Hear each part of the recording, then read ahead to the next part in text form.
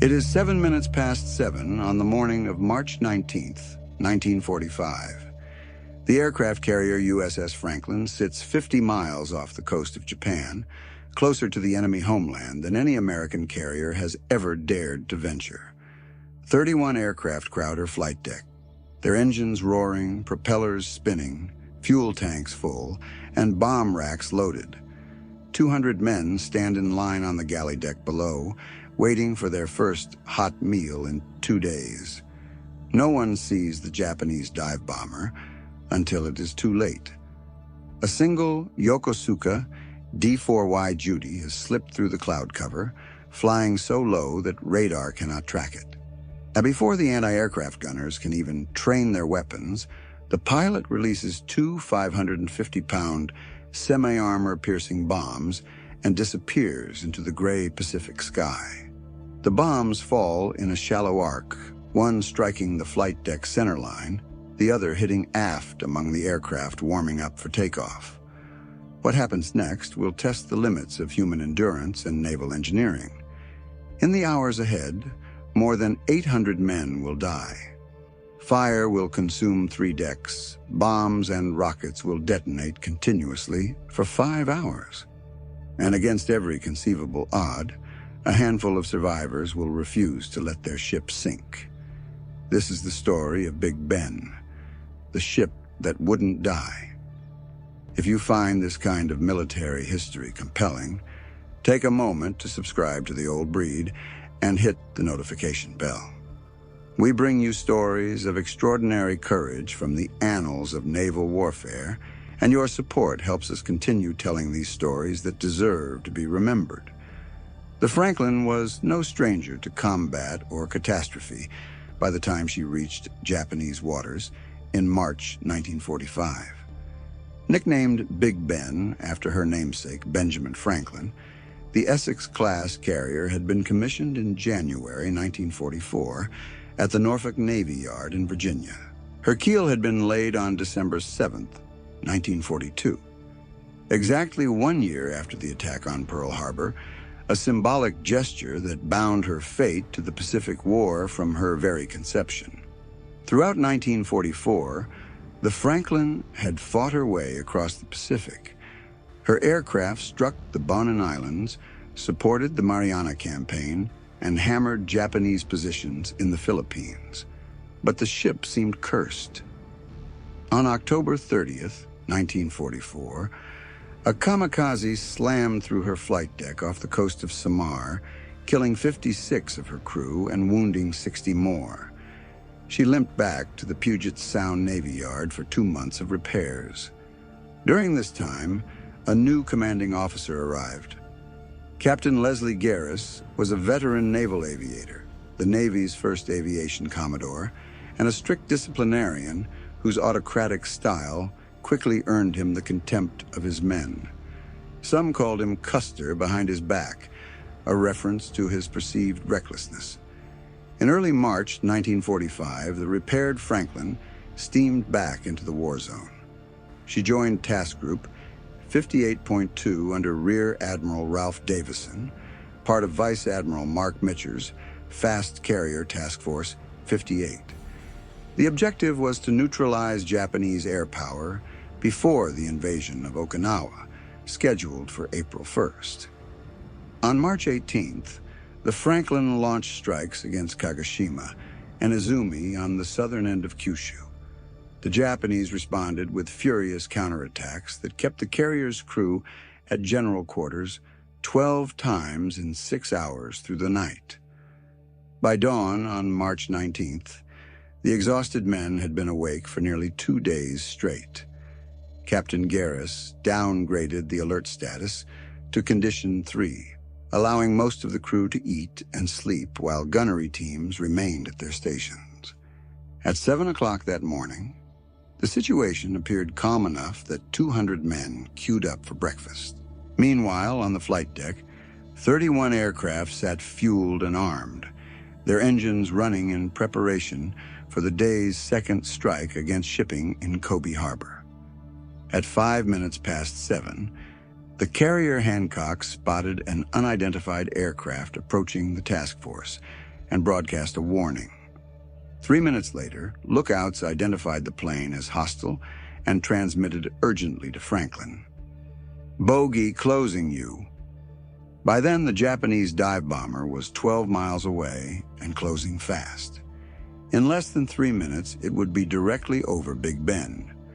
The Japanese pilot executed his attack with lethal precision. Flying so low that most gunners never acquired him as a target, he released his 2 bombs and pulled away before American fighters could intercept. The first bomb punched through the flight deck just forward of the island's superstructure, blowing a 15-square-foot hole and continuing down to the hangar deck. The second struck aft among the clustered aircraft. On the hangar deck, 22 additional planes waited, 16 of them fueled and 5 fully armed with rockets. The forward gasoline system had been secured, but the aft system was operating. When the bombs detonated, they ruptured the fuel tanks of multiple aircraft simultaneously. What followed was not a single explosion, but a cascading catastrophe that seemed to have no end. The blast on the hangar deck killed almost everyone there instantly. Only 2 men would survive the inferno that erupted in that enclosed steel compartment. Aviation fuel ignited in sheets of flame that spread with terrifying speed.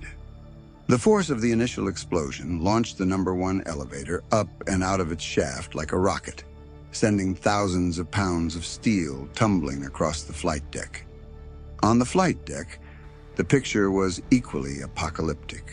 The second bomb had detonated among the 31 fully fueled aircraft, their gas tanks rupturing and spewing high-octane aviation fuel across the wooden planking. Fire raced through the parked planes like a living thing, setting off their machine gun ammunition in staccato bursts. Then, the Tiny Tim rockets began to ignite.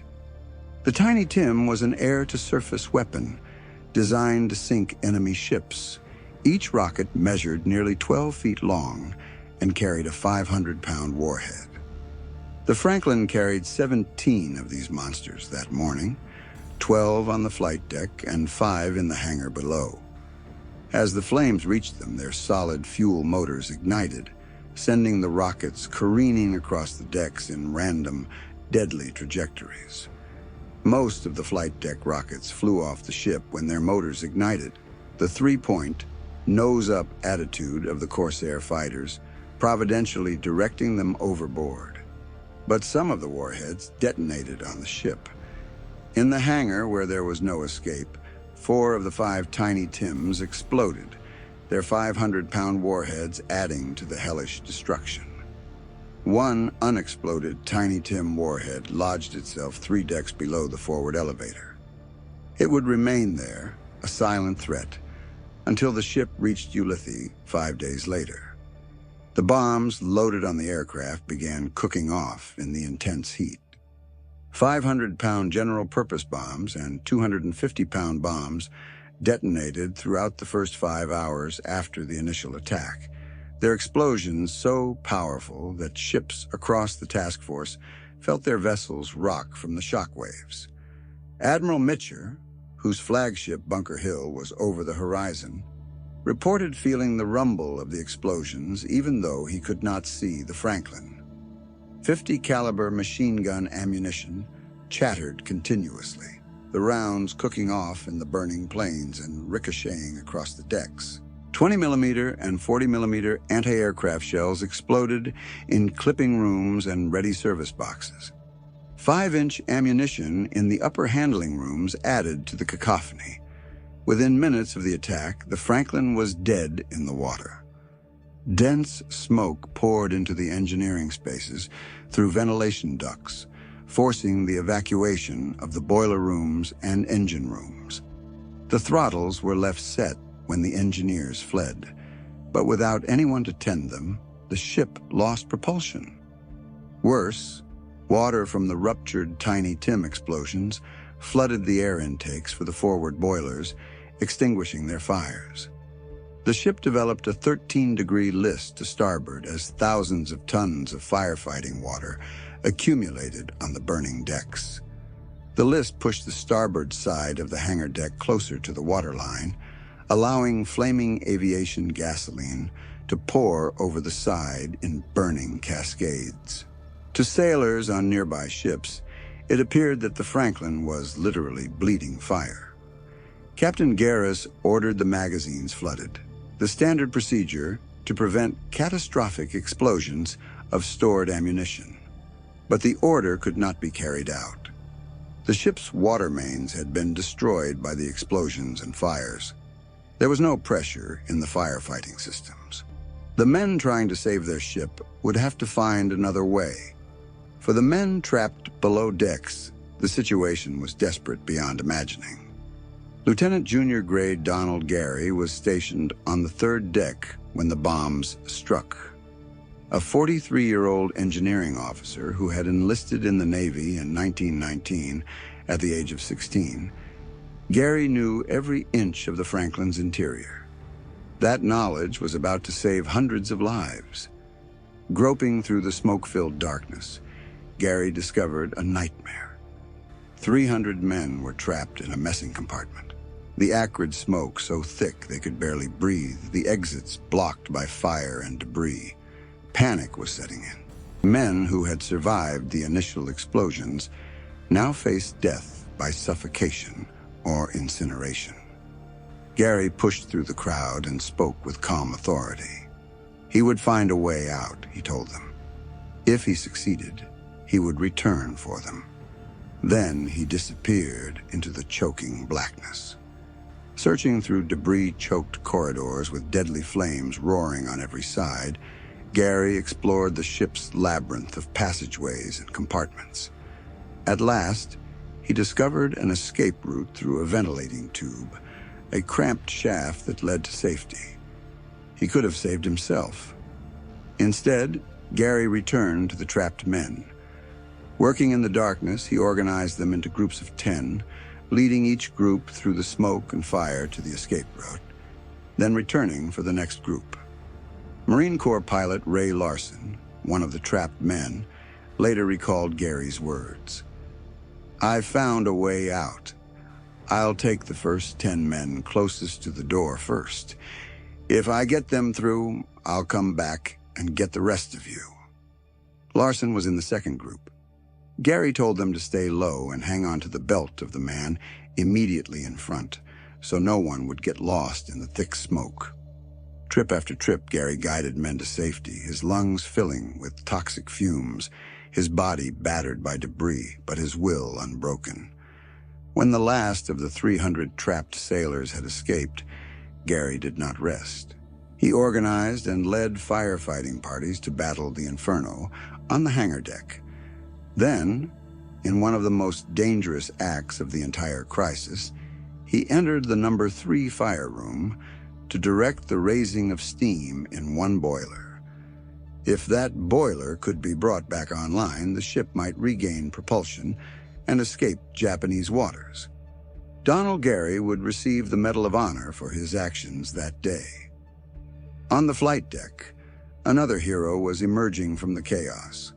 Father Joseph Timothy O'Callaghan was a Jesuit priest from Boston who had joined the Navy Chaplain Corps in 1940.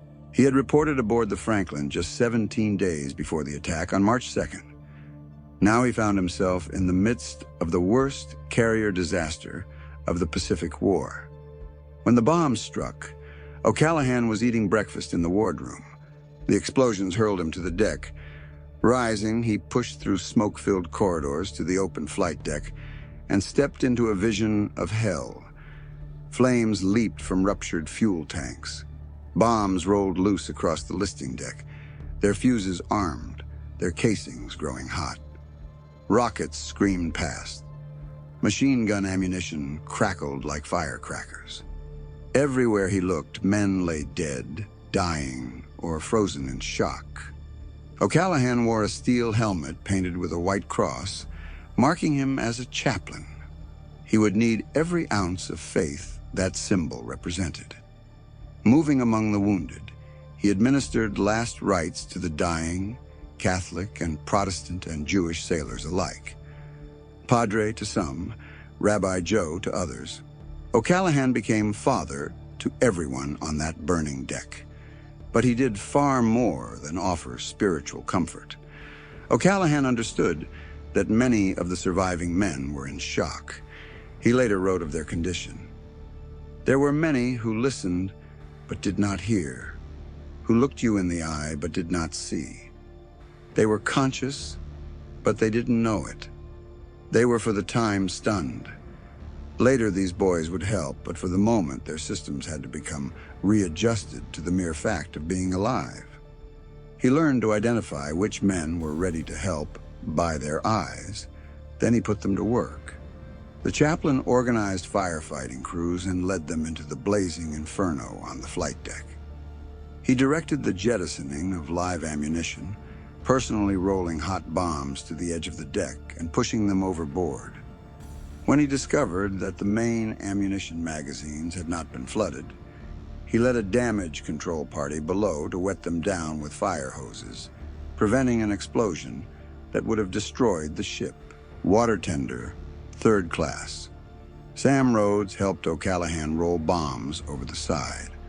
Rhodes later recalled his thoughts. Well, if I go up with the bomb, at least I'll go with the priest. For hours, O'Callaghan worked in the thick of the destruction, his lungs filling with searing smoke, debris raining down around him, explosions rocking the deck beneath his feet. He manned fire hoses to cool armed bombs that were too hot to touch, continuing even as the suffocating smoke forced other men to fall back gasping. The ship's commanding officer, Captain Gehres, later called O'Callaghan the bravest man I ever saw. Father Joseph O'Callaghan would also receive the Medal of Honor. He would be the only Navy chaplain to receive the nation's highest military honor in World War II, and one of only 9 chaplains ever to receive it in American history. While Gary and O'Callaghan fought to save the ship from within, help was arriving from without. The heavy cruiser Pittsburgh, under Captain John Gingrich, had been operating with Task Group 58.2 when the Franklin was hit. Seeing the carrier engulfed in flames, Gingrich ordered his ship to full speed. Pittsburgh raced to the rescue at 30 knots. Arriving alongside the stricken carrier, Pittsburgh's crew pulled 34 men from the water, sailors who had been blown overboard or had jumped to escape the flames. But the cruiser's most important contribution was yet to come. The Franklin was drifting toward Japan. Without propulsion, she was at the mercy of wind and current, moving steadily closer to enemy waters where Japanese aircraft could finish her off at leisure. Pittsburgh, along with the light cruisers Santa Fe, Mobile, and Biloxi, had to get a tow line aboard. It was a feat of seamanship that bordered on the impossible. The Franklin was burning furiously, listing badly, and rocked by continuous explosions. Any ship approaching her risked destruction. Nevertheless, the cruiser crews pressed forward. Pittsburgh secured a tow line and began the agonizing process of pulling the 36,000-ton carrier away from Japanese waters. Twice during the afternoon, Japanese aircraft attempted to finish off the crippled flat top, but Pittsburgh's gunners drove them away, shooting down the attackers while maintaining the tow. Captain Gingrich remained on the bridge for 48 consecutive hours as his ship towed the Franklin to safety. Meanwhile, the light cruiser Santa Fe performed an act of seamanship that defied all prudent naval practice. Captain Harold Fitz had been ordered to take charge of rescue operations. He brought the Santa Fe alongside the burning carrier, literally executing what one observer called a controlled crash against the flat top's hull. The two ships ground together, their hulls scraping, but the contact allowed Santa Fe's crew to pass fire hoses to the Franklin and take aboard wounded men. For nearly 3 hours, the Santa Fe remained alongside the burning carrier. Her firefighting crews sprayed water on the flames while stretcher cases and ambulatory wounded crossed from one ship to the other. The cruiser's crew received men crawling out on the Franklin's listing side. Some so badly burned they fell helplessly into waiting arms. Captain Fitz knew the risk he was taking. If the Franklin's magazines exploded, his ship would be destroyed as well. But there were thousands of lives at stake.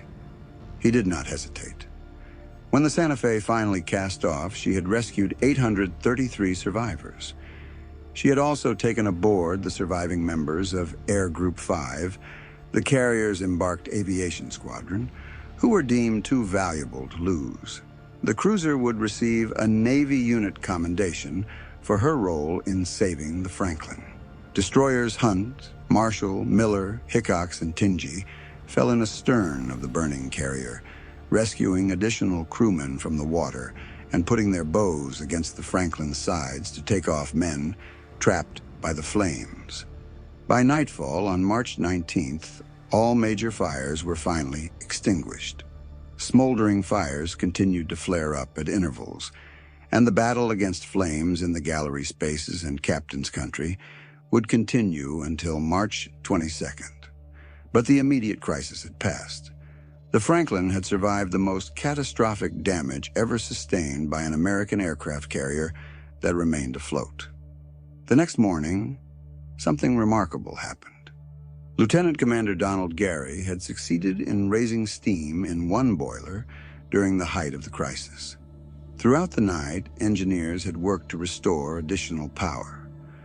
By midday on March 20th, the Franklin cast off the tow line from Pittsburgh and began moving under her own power. It was a resurrection that seemed to mock the laws of physics. The ship was a ruin. Her flight deck was a twisted wasteland of burned-out aircraft, gaping bomb holes, and charred wooden planking. Her hangar deck had been gutted by fire. Her island superstructure was riddled with shrapnel. She listed badly to starboard and sat dangerously low in the water from the thousands of tons of firefighting water she had taken aboard. Yet she was moving. Franklin limped to Alethi Atoll, arriving on March 24th, where she picked up some of the crewmen who had been blown overboard and rescued by other ships. After emergency repairs, she departed for Pearl Harbor, arriving there in early April. The scene at Pearl Harbor was almost as dramatic as the attack itself. Captain Gehres refused the assistance of a civilian harbor pilot and insisted on taking the ship into dock himself. He maneuvered too fast, crashing the battered carrier into the dock. Embarrassed, he blamed the mooring details for the incident. After temporary repairs at Pearl Harbor, the Franklin faced another choice. West Coast shipyards were overwhelmed with battle-damaged warships, casualties of the kamikaze campaign. The decision was made to send her to the Brooklyn Navy Yard on the East Coast. It would be a voyage of 12,000 miles. The Franklin steamed from Pearl Harbor to Colon, Panama, transited the Panama Canal, and then sailed up the Atlantic seaboard to New York. Throughout the journey, Captain Gehres kept the surviving crew working from sunup to sundown, cleaning, repairing, and maintaining the shattered ship. Gehres later explained his reasoning. "I knew if I didn't keep them so busy that at night they would be dead tired and exhausted, that I would have a crew of mental cases by the time I got the ship home." On April the 28th, 1945, the Franklin entered New York Harbor. She had completed her 12,000-mile journey with less than one-third of her normal complement, still listing visibly to starboard, her ravaged flight deck a testament to the destruction she had endured. As she passed the Statue of Liberty, many of the surviving crewmen wept openly. The ship's navigator, Commander Stephen Jerica, recalled that ship traffic in the channel was heavy, but Captain Gehres insisted on conning the ship himself into the Brooklyn Navy Yard. He turned down the help of tugs until the carrier's nose was passing over the Navy Yard line, then said simply, "It's all yours," and walked off the bridge. The workers at the Brooklyn Navy Yard came out to watch the battered carrier arrive. Many had worked on ships throughout the war, had seen damaged vessels limp in for repair. None had ever seen anything like the Franklin. The cost of saving Big Ben was measured in blood. When the casualty figures were compiled, they revealed the magnitude of the disaster. Historical figures vary slightly depending on the source and what categories of personnel are included. Naval historian Samuel Eliot Morison recorded 724 killed and 265 wounded on March 19th alone. Other official sources cite 807 killed and at least 487 wounded. Whatever the precise number, the Franklin had suffered the most severe casualties of any American aircraft carrier to survive the war. Only the Arizona, sunk at Pearl Harbor, lost more crew members among American warships. 59 aircraft were destroyed in the attack, including 32 Corsair fighters, 15 Avenger torpedo bombers, 7 Helldiver dive bombers, and 5 Hellcat fighters. All of the bombs, torpedoes, rockets, and ammunition aboard those planes had been consumed in the explosions. The physical damage defied easy description. 3 decks had been gutted by fire. The flight deck was a moonscape of twisted steel and charred wood. The island superstructure had been savaged by shrapnel and flame. Virtually every compartment forward of the ship's beam had suffered some degree of fire or smoke damage. Yet the Franklin had survived. And in that survival, she had become the most decorated ship in the history of the United States Navy. The awards presented to her crew reflected the extraordinary nature of their achievement. 2 medals of honor went to Donald Gehres and Joseph O'Callaghan. 22 Navy crosses were awarded, including one to Captain Gehres. 26 Silver Stars, 115 Bronze Stars, and 234 letters of commendation were distributed among the survivors.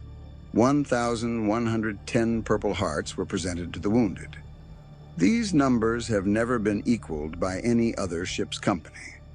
1 Navy Cross was awarded posthumously to Lieutenant Commander George Fox, a ship's surgeon who was killed while tending to wounded sailors.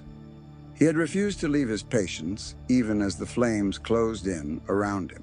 The aftermath of the Franklin disaster was marked by controversy as well as heroism. Captain Gehres, despite saving his ship against impossible odds, became a polarizing figure. While the Franklin was still at sea, he demanded written explanations from every man who had left the ship during the attack, even those who had been blown overboard or had jumped to escape certain death by fire. He accused many of desertion, despite the chaos of the situation and the fact that some men believed an abandoned ship order had been given. En route from Ulithi to Pearl Harbor, he proclaimed 704 crew members as founders of the Big Ben 704 Club, honoring those who had remained aboard throughout the crisis. Investigators in New York later discovered that only about 400 men had actually remained aboard the Franklin continuously. Others had been pulled from the water and returned to the ship either before or during the stop at Ulithi. Gehres excluded non-club members from memorial services for their fallen shipmates. He barred them from receiving decorations. He prepared courts-martial charges against officers and chief petty officers who had taken refuge aboard the Santa Fe. The controversy reached the highest levels of the Navy. Fleet Admiral Ernest King, Chief of Naval Operations, eventually determined that the confusion and lack of preparation for such a catastrophic event made it difficult to assign blame. Secretary of the Navy James Forrestal approved King's decision to take no further action. All desertion charges were quietly dropped. Gehres was relieved of command in July 1945 and reassigned to Naval Air Station San Diego. He eventually retired as a Rear Admiral. For the men who had survived the Franklin, the scars ran deeper than the Navy's official decisions could address. Many lived with anger and a sense of betrayal for the rest of their lives, particularly those who had been branded as deserters by their own captain. The Franklin herself never returned to combat.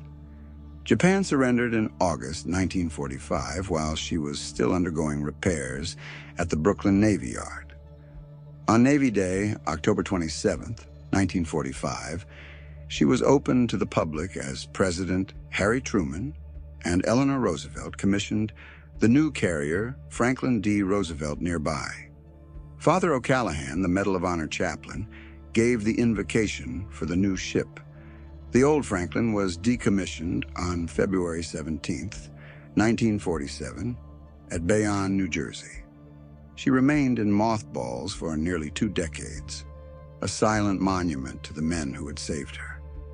In 1964, she was stricken from the Naval Vessel Register. 2 years later, she was sold for scrap to a Virginia salvage company. During the scrapping process, workers made a grim discovery. Inside an air duct, they found human remains, the last casualty of March 19, 1945, finally coming home more than 20 years after the attack.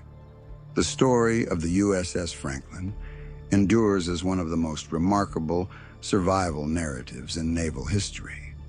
She was hit at the worst possible moment, with her decks packed with fueled and armed aircraft, her magazines full of bombs and rockets, her crew unprepared for catastrophe. She absorbed damage that should have sent her to the bottom within minutes.